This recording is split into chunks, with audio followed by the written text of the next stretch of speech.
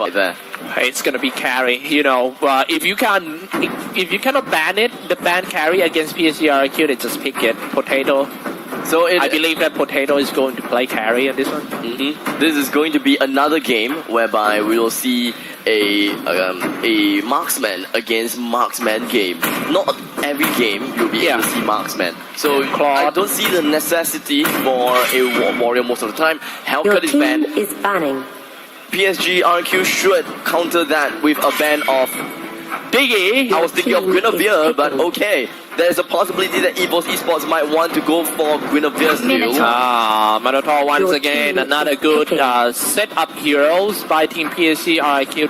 They now got a 2 good setup hero for that Claw to release his monkey, the Minotaur and also Joe. Esmeralda is still available for EVOS Esports to pick, and that will be the one that semi-counters the Claude. Or maybe would they go for someone else? They are missing off a single farmer, and that will be a warrior, typically a Thamus or a Leomord, in fact. Akai. So an Akai is going to be picked up for that tank, and Leomord is going to fill in for that warrior role. 2 rule. Leomord, last one. A knight on the white horses. Either a tank or an assassin, or even a warrior. The thing is, Cho can be a warrior slash a tank. But the thing is, there isn't much good tanks out there unless they want to go for Esmeralda again. I think this one is going to be the tank, just like you said. But what we got left, what we have Esmeralda is left, still available. Knowing them, they have played Esmeralda in 2 games. Oh, Franco. Okay, you show me Franco. I'm gonna show you the real Franco, straight from Jakarta. My oh my. It is a counter pick of Franco from the previous game. Is Franco coming back into the I mean, the fact that all these top teams in the world are picking Franco, I think this hero deserves to be back in the meta. I'm gonna start playing Franco again. Yeah. I'm gonna start playing Franco again. Don't play with me then. I don't trust your Franco. Ladies and gentlemen, once again, this is going to be the grand finals game number 3, rather the last game of EVOS Esports versus PSG RRQ. And here are the lineups. Okay, me? okay. So, EVOS on the red team, so on Leomord, JPL on Akai, oh dear Bambi. Welcome to Mobile Legends. Okay, Ace. 5 seconds till the enemy reaches the battlefield. And Potato on carry. All troops deployed. And here we have from the other side, Lemon is going to be playing as Joe. Then on to Franco. I am Jaco that is going to be playing on to the Lunox. Liam as the Raging Minotaur. And Tuturu with his trusty-worthy sidekick Daxter is Claude. Alright. Fight right from the start. Here we go. 3v3 spinning around already. Lemon on Joe. Wow. It's rather understandable at this point of time, and we do have a very passive gameplay at the start right here. So Ace as well as Bambi, they're just going to go for the buff, and so will Diego and Vin. So normal buff taking, they take the buff, and then they come back to the middle lane. And then they go out to get some kills at the side lane. Indeed. Oh, getting hooked back into the nearby the turret and start slashing. So, in big trouble right now, being chased out. That's going to be the first blood by Lunox. Turn himself into the dark mode and it just shoots with a hell of damage. Liam jumping in with the jump storm. Top lane, oh dear Bambi trying to get away. His teammate trying to go in and sacrifice himself for that and has slain down Claude. Have a great early game. Franco missed, but it doesn't matter because they're still diving in anyway. Top tier turret, it doesn't matter to them. PSG RRQ coming in this game with a rage. Full race. Harit trying to stay alive. How finally Harit go down? That is really sad. Even though Harit tried to play around with Chrono Dash, he wasn't able to generate enough shields that will be able to help him to divert attention. Damage wasn't high enough, shields wasn't high enough, and just like that, 3 men dove into the tower and successfully managed to get 2 kills from top lane and even Leomord in the middle lane. Yes, sir. 3-0, 2 minutes part with 1.5k ahead for Team PSG RRQ. Potato, bottom lane. It is still too early to tell. exactly who will be an ultimate victor yet. True that PSG RRQ has got an early game advantage. I like the skin of carry so much. The gold carry I thing. think there's a Mantis or something like that. I can't see. They're trying to go for the turtle. Ace coming in. Turtle has been slain. The timing is all wrong. Getting hooked back. Some more. The Franco is going to be a counter against that Grok in the end. So Grok unable to do anything at the moment of time. He tries to leave but gets hooked right back into the faces of Vin. 4-0. The strike at the bottom lane. Lemon using his individual skills trying to get away from that, but he kind of stuck in Hurricane Dance.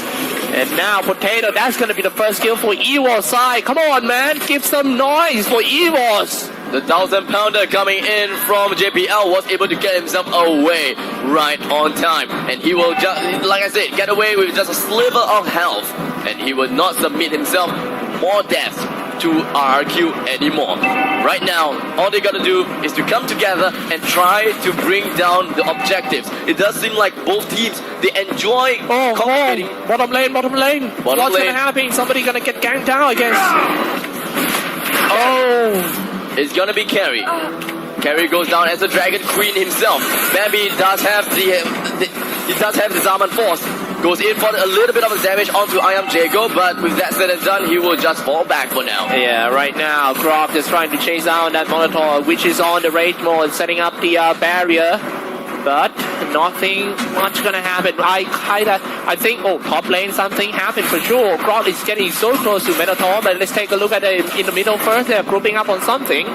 It does seem like Grok as well as Harif, they try to go for kills onto Liam, or maybe even try to, get some space for themselves. In the meantime, it does seem like they will meet up against a huge group right now. Wow! The wild charges gets through all the stuff, knocks somebody out, but nothing actually happened. No follow-up damage, but he lost his ultimate. Can they defend the top tier 1 turret?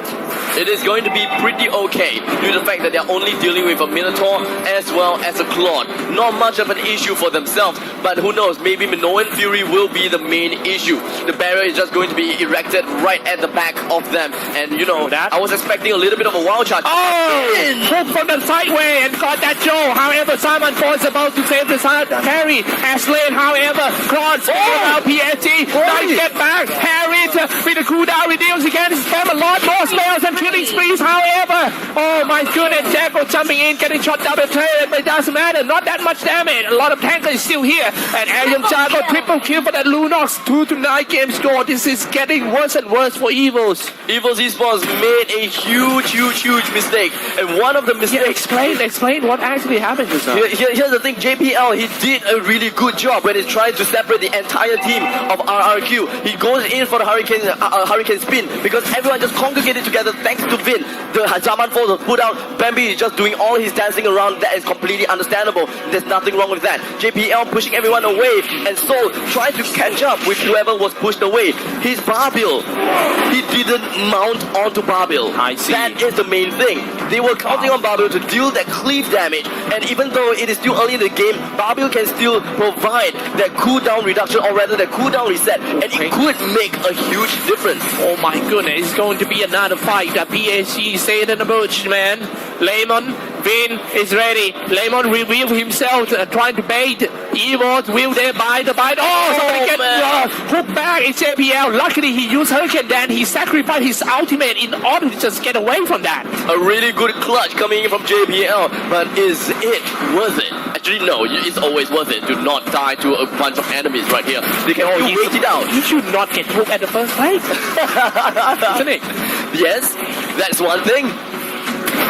Make that two things. At this moment of time, the bottom lane turret will go down. So right now, EVOS Esports, they only have 5 turrets left. RRQ, they can play it out a little longer, or they can try to push down the top lane turret and then go for the turtle. Oh my goodness, another big team fight coming up real soon. He's big now, ready to do some power nature. Oh no, somebody, monster kill, Lunox spinning around. They have tried so hard and has slain front four, even got some kill over there with the Leonard. Call out the Barbiel and cleave everyone down, has slain. However, oh my goodness, but one knight, white horse, cannot just stand the damage for the whole team of PSG RRQ, man. Well, the golden staff coming in from Tuturu with the blazing duet just melted down the entire team. They tried to bring down the top lane defense turret and also Lemon tried to destroy the entirety of that lane. As long as they get the first inhibitor turret at the EVOS Esports side middle lane, it is more than enough. They just want the turret. They do not want to play too far into the opponent's head or rather be too complacent with what they're doing. My God, that was. However, if you take a look at the goal difference, it's not that it still can come back. You just need two more fights. It's bad, to be honest, but yeah, it's bad, but more fights. Two more fights. Come on, open the fight real good. Vin has been doing a great job as Franco so far. He's opened up so much space, despite the fact that he's not like Croc, but the space that I'm talking about really is just dragging in heroes. And no, dragging in heroes isn't that easy after all. And here we have Ace trying to get himself away. The tanks of PSG RRQ didn't even care about Ace. Yeah, he's just hanging around. Let's see how they're going to start the fight. Most of the time, PSG RRQ is just going to use a wedding for the hook of that Vin. Maybe you better watch out. PSG RRQ is going to be really scary now. Divine Glaive is going to be picked up coming in from Lunox. Her damages is just going to be absolutely insane. Dominant ice from Franco as well. Oh, almost hit by the hook. If you got hooked back out, man, you're definitely gonna go down. It's time for PSG RRQ knocking on the headwind sword once again. Attacking on the turret, all dropping quite low, has lain down so easy. The tank was melted down in front of the clock. There's no way that he can do anything. Even Soul onto Barbil, he still played it safe. And here it is. RRQ still playing it safe. I do not know whether this is actually an okay thing to do because they know that they are so far ahead. In the meantime, Spin just gonna go straight in, hook him down, and or rather just CC him down. And that is 4 against 5. They are trying to go for the last defense turret. Alright, it's time to take down the turrets. Can they go straight to the shrine? This might be the last defense of Team EVOS. Can they break into in Singapore heart? And now, yes, they can start strike on the shrine, and that's it. PSG RRQ, Paris Saint-Germain is your champion of the Clash